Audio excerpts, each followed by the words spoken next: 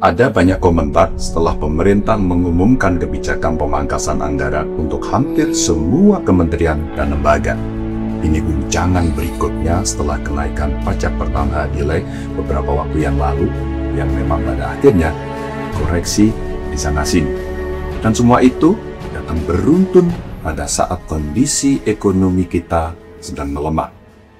Kemerosotan ekonomi sudah ditandai dengan melemahnya industri manufaktur, tutupnya beberapa pabrik, PHK yang terjadi di beberapa industri, dan menurunnya jumlah kelas menengah yang menjadi roda penggerak ekonomi. Dalam situasi ini, pemangkasan anggaran berarti tekanan yang semakin berat bagi masyarakat dan pelaku industri, khususnya yang kecil. Para analis memprediksi kebangkrutan UMKM yang pada dasarnya memang sudah kepayahan dalam menghadapi serbuan barang-barang murah dari Cina yang semakin gencar melalui platform-platform digital. Mereka hanya bertahan sebisa mungkin dan nyaris tanpa proteksi. Mereka seperti sedang berteriak minta tolong. Di luar keprihatinan besar di sektor ekonomi, sektor lain yang paling resah akibat pemangkasan anggaran adalah pendidikan. Anggaran untuk Kementerian Pendidikan Dasar dan Menengah yang semula besarannya kira-kira 33,55 triliun dipangkas 7,27 triliun sehingga menjadi 26,28 triliun. Anggaran untuk Kementerian Pendidikan Tinggi, Sains dan Teknologi dipangkas cukup signifikan, termasuk tunjangan dosen non-PNS dan berbagai jenis beasiswa untuk dosen dan mahasiswa. Dampaknya bisa sangat mengkhawatirkan. Di antaranya sebanyak 663.821 mahasiswa penerima Kartu Indonesia Pintar Kuliah atau KIPK terancam putus kuliah. Sebanyak 12 dari 33 orang penerima beasiswa untuk pendidikan Indonesia yang ada di luar negeri terancam tidak bisa dibayarkan, yang berarti mereka berpotensi terlantar di luar negeri. Bantuan operasional perguruan tinggi negeri atau BOPTN yang diusulkan sebesar 6 triliun dipangkas hingga 3 triliun, separuhnya. Ini berpotensi menaikkan uang kuliah tunggal atau UKT pada tahun ajaran 2025-2026. Padahal kita tahu program-program itu sangat bagus pada awalnya dan sangat dibutuhkan oleh mereka. Untuk menangkis prediksi suram itu, Menteri Keuangan menyampaikan bahwa meskipun ada pemangkasan anggaran pendidikan kita, masih saja tetap memenuhi rasio, yaitu 20% dari total APBN. Di daerah, 20% juga dari total APBD. Namun, pernyataan itu tidak mengubah fakta bahwa pemangkasan tetap terjadi dan pemangkasan anggaran pendidikan mungkin sulit diterima. Sebab tanpa pemangkasan pun kualitas pendidikan kita masih jauh dari harapan, jauh dari yang diamanatkan konstitusi. Karena cerita tentang pendidikan adalah cerita investasi pengembangan sumber daya manusia yang harus konsisten dan dilanjutkan dengan percepatan kalau diperlukan, agar kita tidak makin tertinggal. Teman-teman, dari segi rasio terhadap APBN, angka 20% untuk anggaran pendidikan sebetulnya tergolong tinggi. Lumayanlah itu. Berdasarkan persentase ini, kita nomor 2 di ASEAN di bawah Malaysia yang mengalokasikan kurang lebih 21%. Dan hanya kita punya catatan, secara nominal, anggaran pendidikan kita terhitung kecil. Total anggaran pendidikan kita adalah 660,3 triliun pada 2023-2024 lalu, sementara jumlah peserta didik yang harus dilayani ada 53,14 juta. Dalam kalkulasi sederhana, dengan anggaran sejumlah itu berarti negara menyediakan kurang lebih 12,4 juta per tahun untuk tiap-tiap individu peserta didik. Singapura menyediakan lebih banyak, 290,4 juta per tahun untuk tiap siswa. Brunei 88 juta, Malaysia 38,6 juta, dan Thailand 23,06 juta. Anggaran pendidikan Indonesia sedikit di atas Vietnam yang menyediakan 11,1 juta dan Filipina 10,3 juta. Mudah-mudahan perbandingan ini kita bisa melihat seperti apa negara menghadirkan fasilitas pendidikan untuk rakyatnya. Dengan anggarannya yang besar, Singapura menempati peringkat pertama dari 81 negara dalam tes PISA 2022 yang menguji kemampuan siswa dalam sains, matematika, dan membaca. Hasil ini tidak terlalu mengherankan. Yang sangat istimewa adalah Vietnam. Dengan anggaran pendidikan di bawah Indonesia, Vietnam menduduki peringkat ke-34 dalam tes PISA 2022. Indonesia masih di urutan ke-69 secara global, atau kalau di ASEAN kira-kira kita urutan ke-6. Di bawah Singapura, Vietnam, Brunei, dan kemudian Malaysia dan Thailand. Untuk Brunei urutan ke-42, Malaysia 55, dan Thailand 63. Kita hanya unggul atas Filipina yang di urutan ke-77 dan Kamboja di peringkat terakhir. Sejumlah penelitian menyebutkan bahwa Vietnam sedang merintis jalan menjadi salah satu sistem pendidikan terbaik di Asia. Itu kebangkitan yang mengesankan.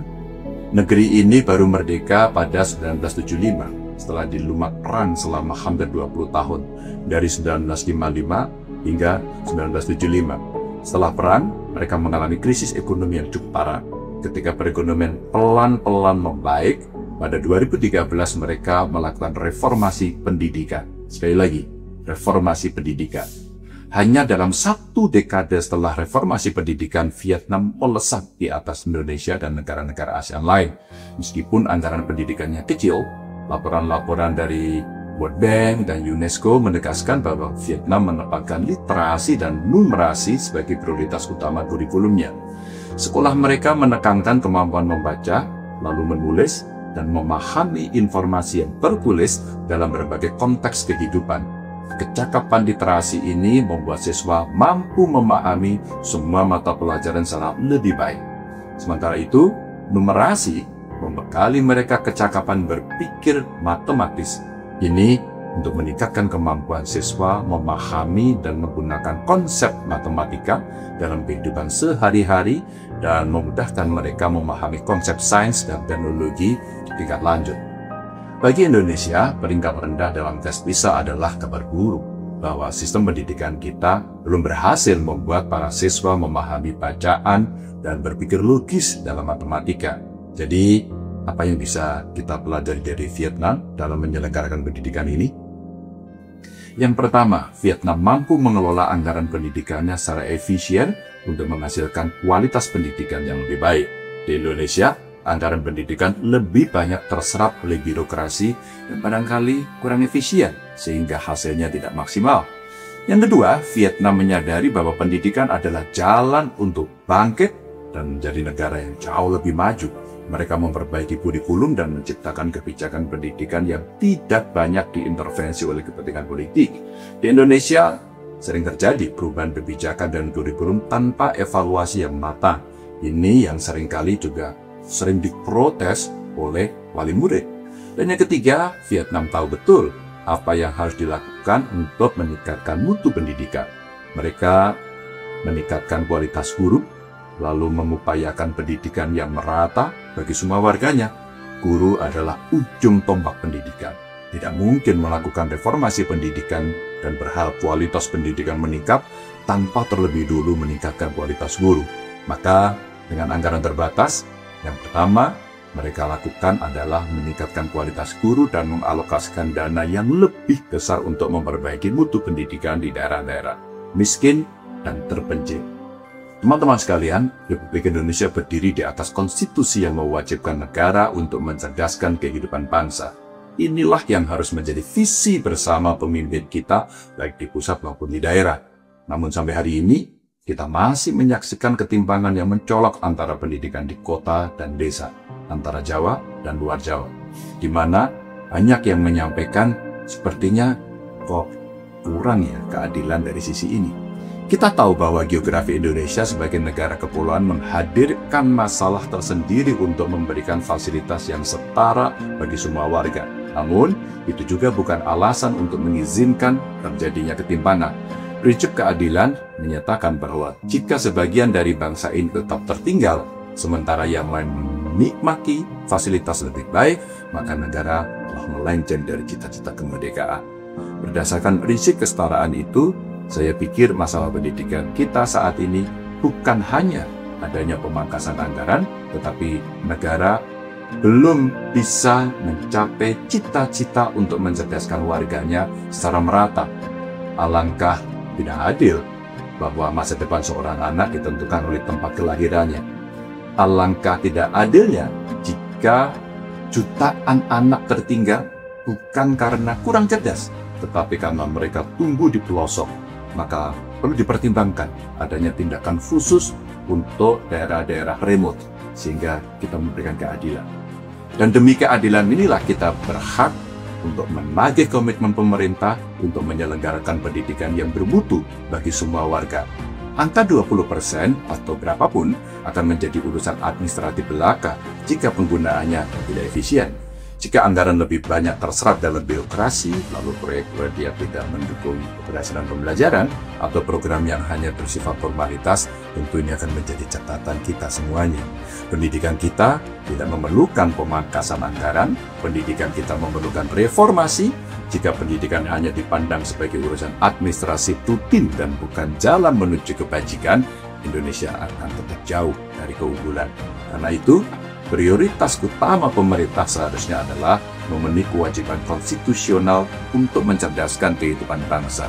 Sebab masa depan negara dibangun melalui pikiran-pikiran yang dididik dengan baik. Jika pendidikan gagal, negara akan gagal. Jika pendidikan kita berkualitas, generasi mendatang akan membangun peradaban yang jauh lebih mulia ketimbang yang kita jalani hari ini. Kita lakukan bersama itu. Masih ada kesempatan.